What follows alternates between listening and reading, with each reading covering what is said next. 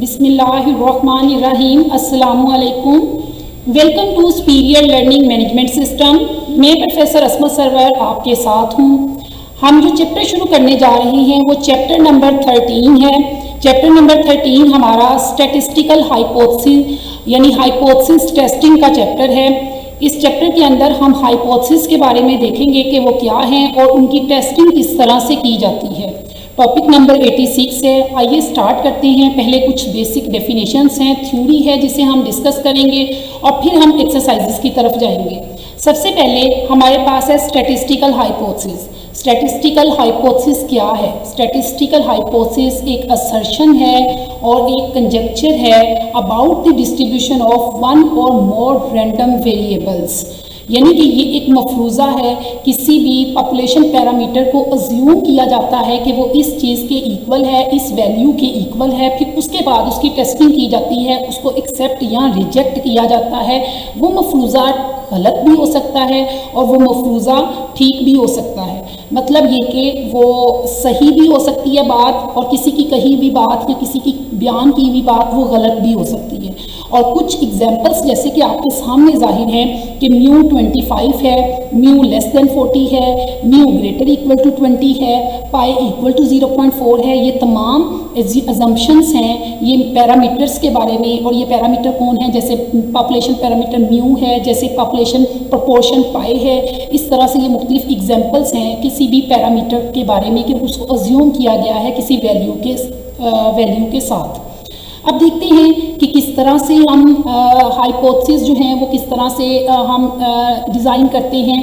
हमारे पास सबसे पहले ये देख लेते हैं कि हाइपोथेसिस टेस्टिंग है क्या। हाइपोथेसिस टेस्टिंग एक पूरा प्रोसीजर है जिसके अंदर हम पैरामीटर को टेस्ट करेंगे। यानी सबसे पहले हमने ये देखा कि स्टैटिस्टिकल हाइपोथेसिस क्या है, फिर हमने ये देखा कि स्टैटिस्टिकल हाइपोथेसिस को टेस्ट किस तरह से किया जाता है। एक टेस्टिंग प्रोसीजर के ज़रिए टेस्ट किया जाता है कि वो किस तरह से उसके कुछ स्टेप्स हैं। हाइपोथेसिस टेस्टिंग प्रोसीजर के कुछ स्टेप्स हैं उस पैरामीटर को, जो पॉपुलेशन पैरामीटर जो हमने अज्यूम किया है उसको एक्सेप्ट या रिजेक्ट करने के लिए कि वो इसमें हम किस तरह से उसको एक्सेप्ट या रिजेक्ट कर सकते हैं। हमारे पास दो किस्म के हाइपोथेसिस होते हैं। एक हमारे पास नल हाइपोथेसिस होते हैं। नल हाइपोथेसिस जो होते हैं वो किसी का बयान या किसी की कही हुई बात है और इनको ये वो हाइपोथेसिस होता है जिसको हमें बेसिकली टेस्ट करना होता है और इसको हम एच नोड से शो करते हैं। और एच नोड मतलब ये नलिफिकेशन वाला हाइपोथेसिस होता है। कोशिश यही होती है कि इसके अंदर ये कहा जाए कि ऐसा नहीं है और फिर उसको हम कुछ डाउटफुल लेवल की बेस पर एक्सेप्ट या रिजेक्ट करते हैं इस हाइपोथेसिस को। आइए देखते हैं कि नल हाइपोथेसिस की कुछ एग्जांपल्स देखते हैं कि किस तरह से नल हाइपोथेसिस को एस्टैब्लिश किया जाता है, नल हाइपोथेसिस को किस तरह से बनाया जाता है। हमारे पास थीटा जो है वो अननोन वैल्यू है पॉपुलेशन पैरामीटर की, यानी कि हमारे पास थीटा म्यू भी हो सकता है, थीटा पाई भी हो सकता है और थीटा जो है वो हमारे पास कोई भी वेरिएंस वगैरह भी हो सकता है। ये हमारे पास पैरामीटर है।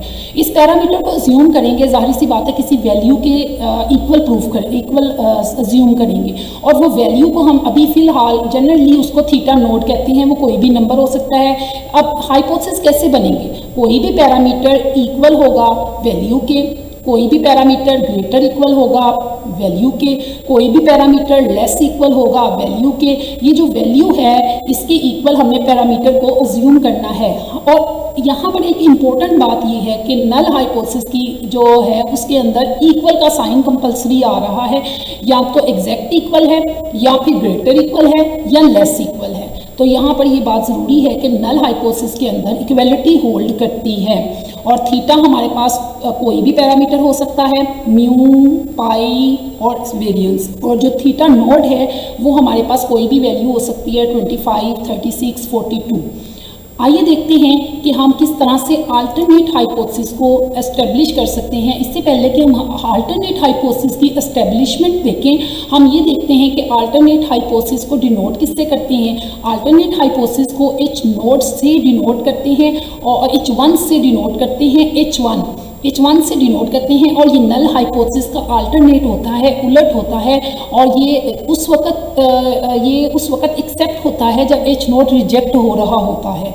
और इसको अगर हमने इसकी एस्टेब्लिशमेंट में देखनी हो तो हमें ये देखना है कि हमने अल्टरनेट हाइपोथेसिस के अंदर उस पैरामीटर का उलट, अगर हमने इक्वल नल हाइपोथेसिस को इक्वल रखा था तो अल्टरनेट हाइपोथेसिस में हम नॉट इक्वल कर देंगे।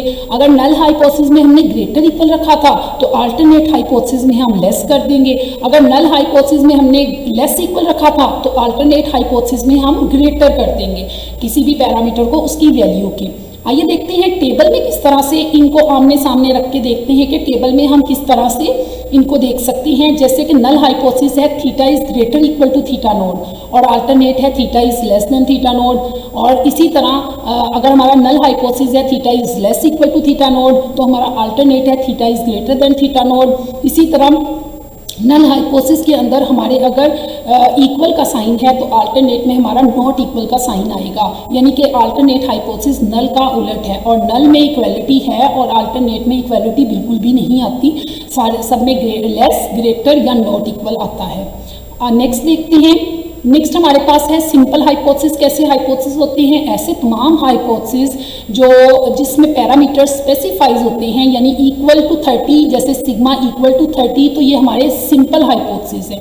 और ऐसे तमाम हाइपोथेसिस जिसमें हमारे पास इक्वलिटी होल्ड नहीं करती, जो लेस या ग्रेटर में होते हैं, तो ये हमारे पास कंपोजिट हाइपोथेसिस होते हैं। जैसे इसका एक पैरामीटर तो स्पेसिफाइड है लेकिन दूसरा पैरामीटर स्पेसिफाइड नहीं है, तो ऐसे तमाम हाइपोथेसिस हमारे कंपोजिट हाइपोथेसिस कहलाते हैं। ये वो तमाम डेफिनेशंस थी जो हमने डिस्कस की हाइपोथेसिस टेस्टिंग से रेलेवेंट। अब इंशाल्लाह हम आगे फर्दर कुछ और डेफिनेशंस को डिस्कस करेंगे अगले लेक्चर में और फिर उसके बाद हम इस एक्सरसाइज के काबिल होंगे कि हम एक्सरसाइज 13.1 को सॉल्व कर सकें।